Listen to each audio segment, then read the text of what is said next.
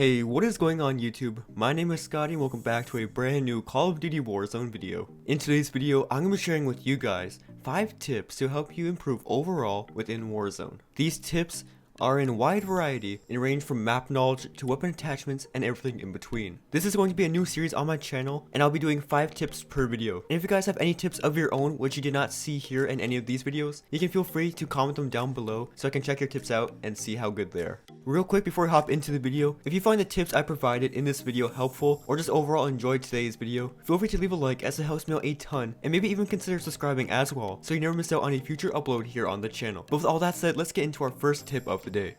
So our first tip of the day is going to be one I don't see many people do, and some people even call me trash for doing it, but it comes in handy, and that is not wasting plates on top of buildings in quads or trios. Now if you're on top of a building, having a sniper fight with a team that's far away, using your plates is a bad idea because of many reasons. The main reason is that the enemy is too far away, so if you get knocked you can easily get back up with a revive and keep fighting. If the enemy team keeps hitting all their shots, you guys are going to be out of plates, and by the time they push, your team will be out of plates because you're giving them all to each other, and not having plates can make or break any engagement. If you take most of their plates and still have yours to quickly pop as they're pushing you, you're going to have all your plates while the enemy team is super low on them, increasing your chances. Armor is super useful, but if your fight is a mile away and you guys have a building for high ground, don't waste your plates, keep them for when the fight gets closer.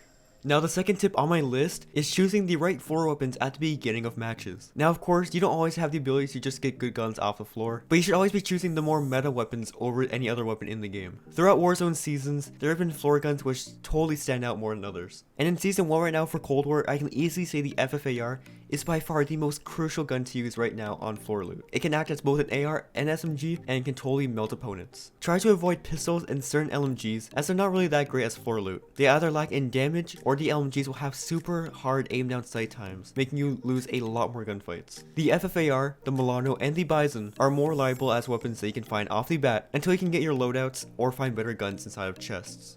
Now the third tip on this list is one I personally always preferred, and that's having back-to-back UAVs instead of wasting them all on advanced UAVs. Now everyone loves an endgame advanced UAV, that's for sure. When the time is right, it's super helpful, but a regular UAV to a good player is just as good. The advanced UAV is only about the same time span as a normal UAV, and only offers constant movement and direction. A normal UAV has rapid dot pings, which can still be just as useful, especially early on in games. Why waste 3 UAVs on an advanced UAV at the start, when you can get one team killed with one UAV and have 2 more as backup? Or even use the UAVs one after another in gunfights, making it last for minutes on end. Personally, unless it's final circle or a very tight situation, I prefer normal UAVs over advanced UAVs. But if you guys prefer advanced UAVs instead, that's perfectly fine. The fourth tip we're going to talk about on this list is team distance. You're going to want to stay close but not too close. I've seen so many instances where either a team is so far apart that they get picked off one by one, or are bunched up together so hard that they get ran through in seconds. Now of course, pushing a room or building is one thing, and that's always great to have people close together, but when moving to new areas across the map, you're going to want to have the ability to not get all pinned at once, and also not picked off one by one. And to have the ability to have multiple directional advantages, no matter if it's flanking, high ground, or anything like that, is always a bonus. Teams survive engaging other teams when they're smart about their positioning. Positioning can make or break any gunfight. Third parties and attacks out of nowhere are so common that you cannot risk your team instantly dying or being too far apart to help each other. Having position knowledge is always important when it comes to winning gunfights, surprising people, and getting flanks. And here for the 5th tip on this list, which I have no idea why I'm still saying this because it was one of my first ever tips back in March when I made my first Warzone tip video, and that is use suppressors on your guns. I know so many people, and I've played with so many people, that still do not rock silencers on their weapons at all even when they're maxed out.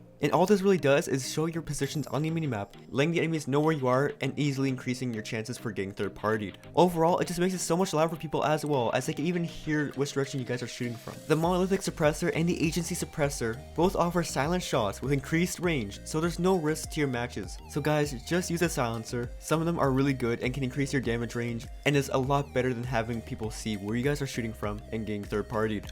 But here we go guys, these are 5 of my tips to help you guys improve your overall Warzone experience. Hopefully you guys learned something new today, but if you already knew all these tips, that's just fine as well. There's always room to learn and improve, and I'm always trying new things in order to improve my Warzone experience as well. So as I learn more things, I'll keep you guys updated for sure. But that's gonna wrap it up for today's video guys. If you enjoyed today's video, definitely hit that like button and let me know down below your tips to help improve in Warzone. Also, don't forget to subscribe to the channel if you have not already, so you do not miss on any future tips, tricks, news, and info regarding all things Call of Duty, which includes Modern Warfare, Warzone, Cold War, and even Call of Duty 2021 as we start getting more information about it. Once again, I hope you guys did enjoy watching this video. My name is Scotty, and I'll see you guys in the next video. Have a great day.